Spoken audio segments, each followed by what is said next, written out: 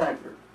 Yeah, I think he hit on the head. Well, thank you for the call. He's saying that we definitely know no sexual activities in the daylight hour without legal mate anyway. And also he said about lying and anger, bickering, you know, all of that, you got to fast from that. There's a tradition from Muhammad the Prophet, peace be upon him, who said that you arguing and bickering, you broke your fast. Talk about that, Dr. Mubarak. Yes, there is another saying of the Prophet, in addition to what you said, whoever that his fast does not restrict him from, you know, bad behavior, God doesn't need him to abstain from food and drink. You know, you're wasting your effort. So it's so at the core of it is building good behaviors. Exactly, yes. Exactly. Discipline, and having more patience, having more good manners, and so on. And even as we know, one of the sayings of the Prophet, if somebody started quarreling with you and calling you bad names and so on, you don't respond to him, you don't retaliate, you just say, I'm fasting. And the caller also mentioned sexual intercourse, of course, with your own spouse. Of course, you're not supposed to have sexual intercourse with somebody who's not. But even with even with your spouse, you abstain that during Ramadan. Now, what's interesting thing about it is that sexual intercourse has introduction. It doesn't. You don't go for it immediately. There are, you know, you start maybe by kissing and hugging. And one of the interesting thing about Prophet, that he was asked the same question twice in a different occasions, once by an old man and once by a young man. Can I kiss my wife? The interesting thing is he told the old man, yes, you can. And he told the young man, no, you can't. We got the message. You don't have to explain. No. They say what's self-explanatory need not be explained. This is the time of the show. Welcome to Honest Opinion again. If you're just tuning in, we're talking about fasting and all faith traditions and increasing our charitable efforts during the Ramadan and during the period of fasting that we fast. And so to that note, Honest Opinion will be partnering with the Hope Center. On 29th and Lake, we'll be giving away school supplies and book bags on August the 20th, which is next Saturday at 12 noon. So get your children over there at 29th and Lake. Honest Opinion will be partnered with the Hope Center, which is the center that working with after school program, and hopefully we'll get some other Muslim charitable organizations to partner with as well. And we'll be doing that on next Saturday at 12 noon, and we appreciate that. Also, I got a text, Hakeem the Dream, from State Representative Janet Cruz. She's doing a job fair, and that's going to be at Higgins Hall on 9 o'clock on Wednesday, August the 17th, hosted by State Representative Janet Cruz, District 15. She's a great friend of the Muslim community. Dr. Nagami know her well. Dr. Mara, you know her, you've just been going for a while, but job fair. This community needs jobs.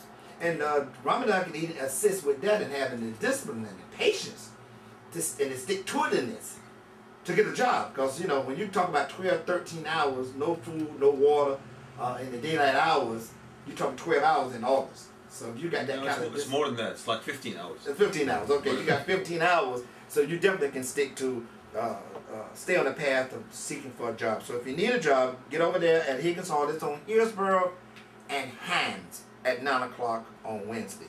All right, let's go now. I'm going to go back to Pastor Kemp and talk about fasting from more of the Christian tradition again. If you recall, I think it was last year, there was a pastor, I think over in Polk County, where his wife went into the room to fast for 40 days and no one checked on her and she passed. One of the most significant things that a person needs to do is have a medical examination before fasting. Because if you have any medication that you need to be taking, you need not fast to any great extent. Because it's not the extent of your fast, it's the purpose of your fast. You know, sometimes people, I want to do like Jesus did, so you're going to try to fast 40 days. When you have to progressively grow to a spiritual discipline. Spiritual maturity. Right, right. What I recommend when one starts fasting, first of all, consult your physician. You know, have an examination. Then start with a 3-day fast.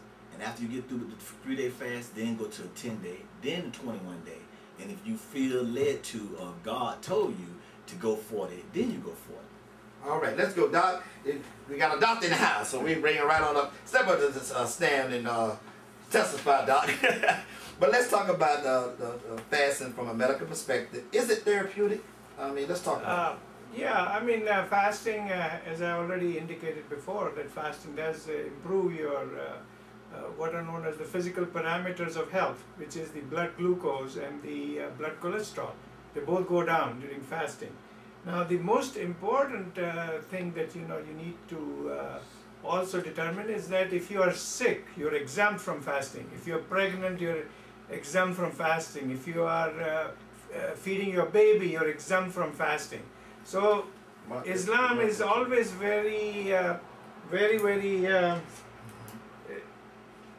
Islam is very accommodative to your condition. If you are sick in any case, you do not have to fast. If you take injections for some kind or something like that, you're also permitted not to fast. Now, I mean, having said that, I mean, there are people who have mild diabetes, just like myself. I mean, I have mild diabetes, but at the same time, I do fast. Why? Because I can adjust my medications so that I do not take any medication between sun up and sundown, which is about a span of about 12 to 15 hours. But I take my medications when I break my fast in the evening. So if you can do that and easily, then you are allowed to fast. But if you cannot do it, then you don't need to fast. So you are exempt. All right, now doctor can do that because he's a doctor, but you check with your physician if you try that. One other because thing that's important. Need to be mentioned that hasn't been mentioned yet. In the Islamic faith, that if you're traveling a long distance, then you're exempt from fasting. You just have to still make it up at a later time. So I wanted to mention that. That's right. And if a woman goes on her mistress, she's exempt from fasting also. All right, let's go now. What I wanted to talk about was when Jackie and you went right into it about fasting. It slipped my mind. It slipped my mind. Let's go to the phone line. Open up the phone lines. 813-251-9867. 813-251-9867. We have in the studio with us. We have Dr. Hussein Agami, chairman of the Tampa Bay Muslim Alliance. Also, we have with us Elder Timothy J. Kemp, pastor of Peace Progressive Primitive Baptist Church, and we have Dr. Salit Mubarak, head of the Department of Civil and Architect Engineering, Qatar University in the Middle East. Let's talk about now the relationship between fasting, discipline, prayer. How can we translate that to produce a better society? This is something that we should all teach. We want to produce a better society. These concepts, because of fasting, psychologists say whatever you can do for 30 days, it can become a habit, and you can translate that. Because the object is not to just do it for 30 days, but to carry these good things that we pick up during the fasting time on throughout the rest of the year. How can we translate that, Doc? Yeah, I mean, I'll give you a good example. For instance, those of my patients who are Muslims who smoke very heavily. Now, smoke, as you know, I mean, I counsel everybody that comes to me for smoking to stop smoking because it has bad effect on the lungs, the heart, and everything else. But to the Muslim patients, I say, look, when you fast, you're not smoking from the dawn to dusk. So it's very easy for you to control yourself. This is the period, and that's why I told them that when the month of Ramadan comes, you should start trying to limit your smoking. And many of the Muslim people, they will stop smoking quite completely. So that is one of the advantages. So, I mean, that thing, then people that are obese, we will say, well, you have to have a restricted diet, only 1800 calories. You cannot be going splurging yourself at 2,000 to 3,000 calories. Start in the month of Ramadan and control yourself, and that's why. So it's a very good exercise to begin whenever you're trying to abstain yourself and control yourself. Very good. Let's go to you, Doc, now, and we'll come back to the pastor. You talked about emotional intelligence. And we have another doctor over at Conversation T, Dr. Carl Warren. He talked about being emotionally honest. I kind of want to know a little more about that emotional intelligence, because you talked about it from a secular standpoint at the cookboard yesterday, you marked the Friday prayer. Right. But then you talked about it from a spiritual. I want to say to you, brother, that was one of the best cookboards I heard in a long time, brother. And I really appreciate it. So talk about emotional intelligence. What I got you. All right. Very briefly, in 1995, an American scholar by the name Daniel Goleman came up with his book, Emotional Intelligence, which became like a blockbuster. And people were devouring this book. And in about 12 years, he had 10 editions of the book. It became a science where people started talking about it, emotional intelligence and leadership and management, emotional intelligence and family and so on. If you look at the ingredients of the science, nothing is new. Maybe he assembled it. And we found that there is striking, a parallel between this science and religion, whether it's Muslim religion or Christian religion. It's how the three components of the self interact, the physical, the spiritual, and the mental. And basically, emotional intelligence answers the question, why do some kids who do great in school, straight A's through college, and then graduate and go to the society and then fail? And then vice versa, why do some kids who were barely making it, C's and mediocre grades, and then they go and succeed? And the author said there is another element other than the IQ. It's called the EQ. How do you interact with your emotions and other emotions? Basically, let me conclude with this. The author, Daniel Goleman, says the 90-10 rule, or the 10-90 rule, Yes. which says Yes. that 10% of what happens is beyond your control. Whatever happened, you were driving and somebody came and passed a red light and hit you, whatever, it's beyond your control. However, the 90% is under your control, which is your reaction. Very good. You can react in a emotional way and do mistakes, or in a logical way and restrain yourself. Very good. And jump right into that, Pastor, because Jesus said, as a man thinketh, so is he. As a man continues to think, so shall he remain. Our thought processes, and we really can control our thoughts, and let's talk about that concept too. Well, one of the principal things is that we ought to love the Lord thy God with all our heart, mind, soul, and strength, and love our neighbor as ourselves.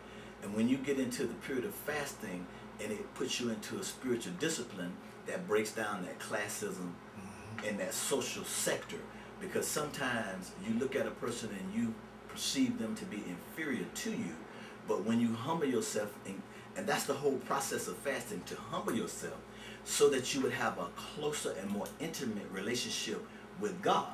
And as you do that, it also takes away stresses. Have we noticed lately in our society, people seem to be quite hostile? That's true.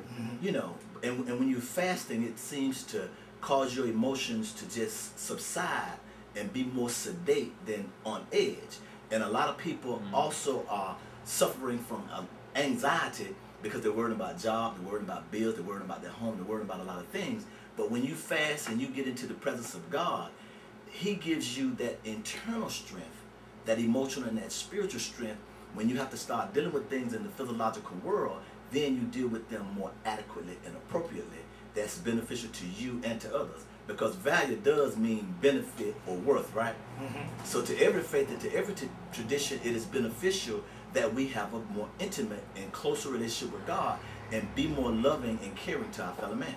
Well, he hit it right on the head. I'm so glad you hit it right on the head. One of the things I want to pull out, he said, that I'm experiencing myself, is that you don't be so stressed and on edge. It is a more sedated, a more cool and calm, collected. When your stomach is not working, now you're able to be cool and calm and more deliberate.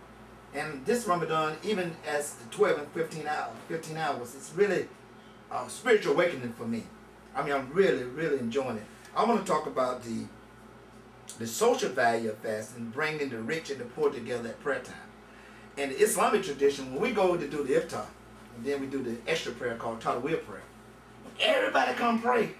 I'm praying next to a doctor who's a heart surgeon. Another man may just be a vendor like me and Hakeem. Another man may just be regular. What about George? You just did 15 years in jail. Yeah, you may just did 15 years in Hope you prison. don't mind that, George. I'm just telling the truth, George. But that's just spread it out. But all us praying You together. say the last name, so it's okay. It's okay. That's right. He didn't say the last name. That was great. But the social, then everybody, it's just like in hearts. Everybody wear the white. It's a social value of fasting. And I have to tell you, brother, that it's a wonderful, wonderful feeling to take food down to the poor during Ramadan. When the people see us, and you know what's surprising, what happened when we take the food there? They say, oh, it's Ramadan again. Assalamu alaikum, brothers. They know what time it is. That's They true. see us coming. They see us coming with the big aluminum pans. And I have to advocate to make sure. I tell Hakeem, if people bringing food, if we got extra food, let's just take it to the poor. We always and we do have a lot of food left.